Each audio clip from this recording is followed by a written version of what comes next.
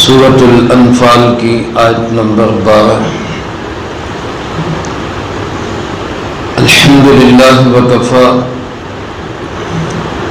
والسلام علی عبادہ الذین اصطفی، خصوصا علی سید الرسل وخاتم الانبیاء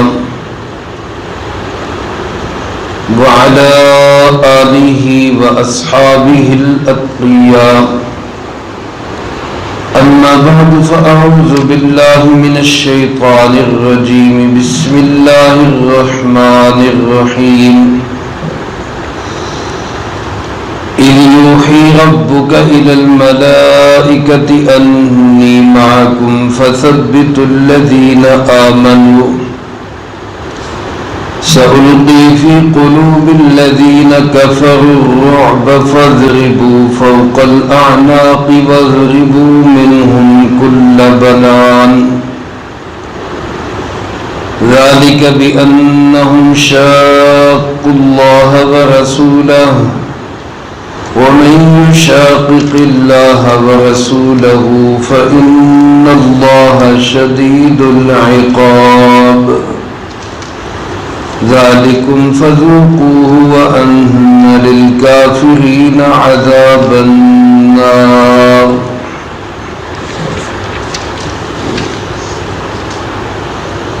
إذ يوحي ربك إلى الملائكة، اور وہ وقت بھی یاد رکھو جب تیرے پروردگار نے فرشتوں کو حکم بھیجا، انی معکم، بے شک میں بھی تمہارے ساتھ ہوں، فثبتوا الذین آمنوا، سو تم ایمان والوں کی ہمت بڑھاؤ،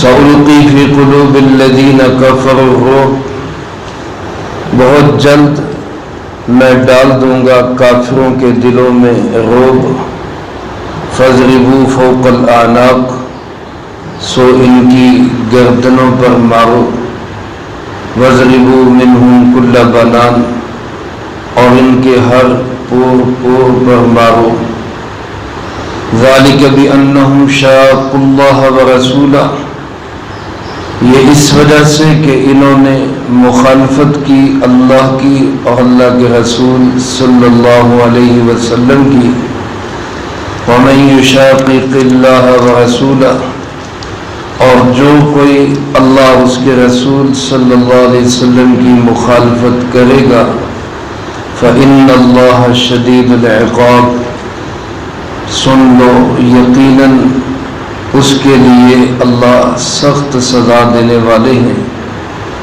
ذالکم فذوقوہ، یہ تو تم چکھو گے ہی، وأن للکافرین عذاب النار، اور کافروں کے لیے آگ کا عذاب بھی ہے۔ غزوہ بدر کے موقع پر اللہ تعالیٰ کی طرف سے ایمان والوں کے لیے جو انعامات ہوئے، اللہ پاک ان کا تذکرہ فرماوے۔ اس سے پہلے آپ حضرات 4 انعامات کا تذکرہ سماعت فرما چکے۔ سب سے پہلے تو بدر کی لڑائی میں مسلمانوں کو لے جانا، یہ اللہ رب العالمین کی نعمت جس کو یہاں ذکر کیا گیا۔ پھر اللہ تعالیٰ کا وعدہ کہ 2 جماعتوں میں سے ایک جماعت پر ضرور کامیابی حاصل ہوگی، یا تو قافلہ اور یا پھر لشکر۔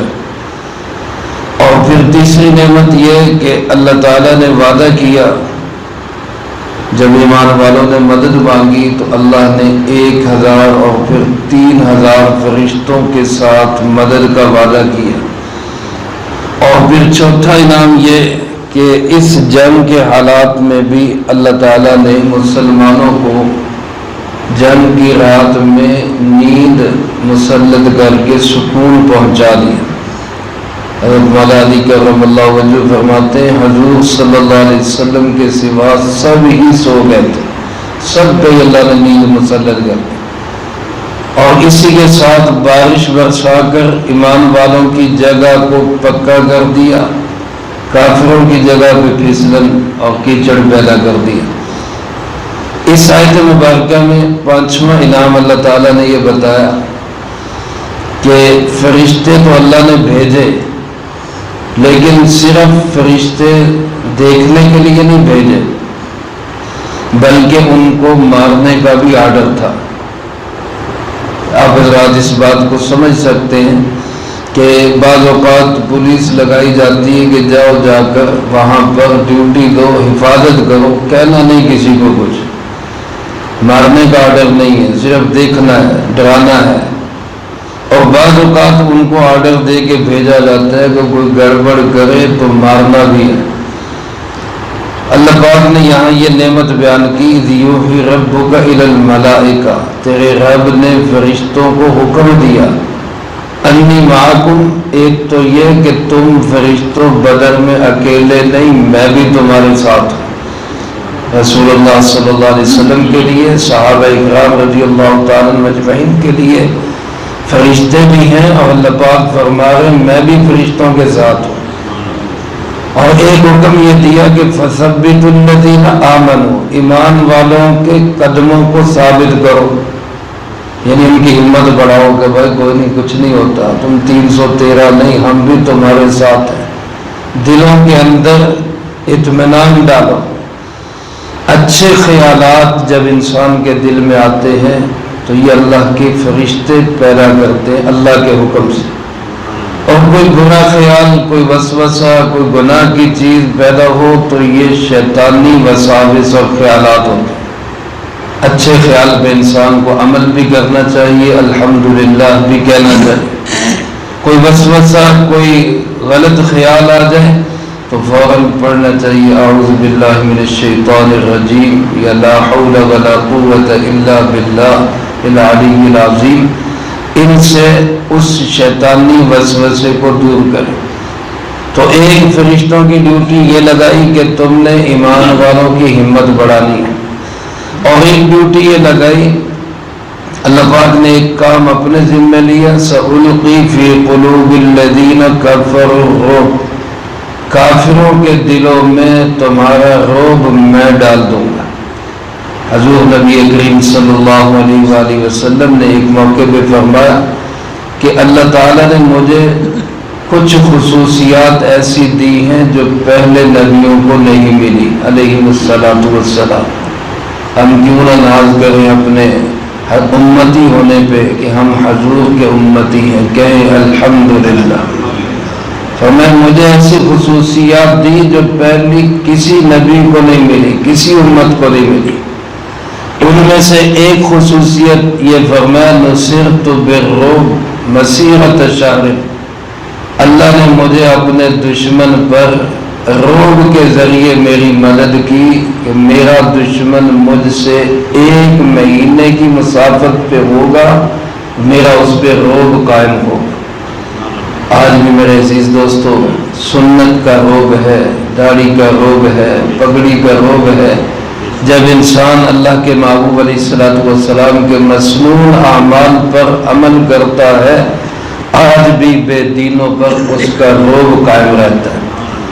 تو اللہ پاک نے فرمایا کہ ایک کام تو میں یہ کروں گا کہ تم بے شک تھوڑے ہو، 313 ہو، نہتے ہو، اسلحہ کوئی نہیں، سامان کوئی نہیں، کھانے پینے کی اشیاء کوئی نہیں، لیکن میرے اوپر بھروسہ کیا ہے، تمہارا دشمن کافر تمہیں دیکھ کر ہی تر تر کانپے گا۔ اور دوسرا کام فرشتوں کے ذمہ لگایا کہ فَاضْرِبُوا فَوْقَ الْأَعْنَاقِ، ان کی گردنوں پہ مارو، وَاضْرِبُوا مِنْهُمْ كُلَّ بَنَانٍ، اور ان کے ہر پور پہ مارو۔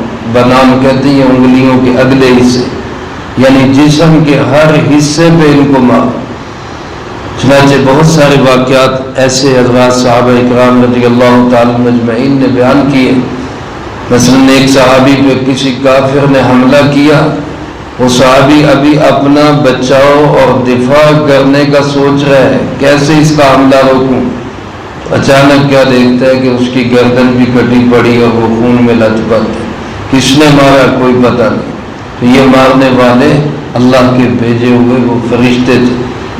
تو اللہ تعالیٰ نے یہ آرڈر بھی ان کو دیا تھا، کہیں موقع دیکھو مسلمان وہ پریشان حال ہے، مسلمان کافر کے نرگے میں ہے، تو وہاں کافر کو مار کے مسلمان کی ہمت بڑھاؤ۔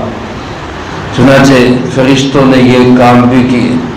اللہ پاک نے آگے وجہ بیان کی کہ ان کافروں کو یہ سزا کیوں دی گئی، ان کافروں کے لیے اللہ تعالیٰ نے یہ آرڈر دے کر فرشتے کیوں اتارے۔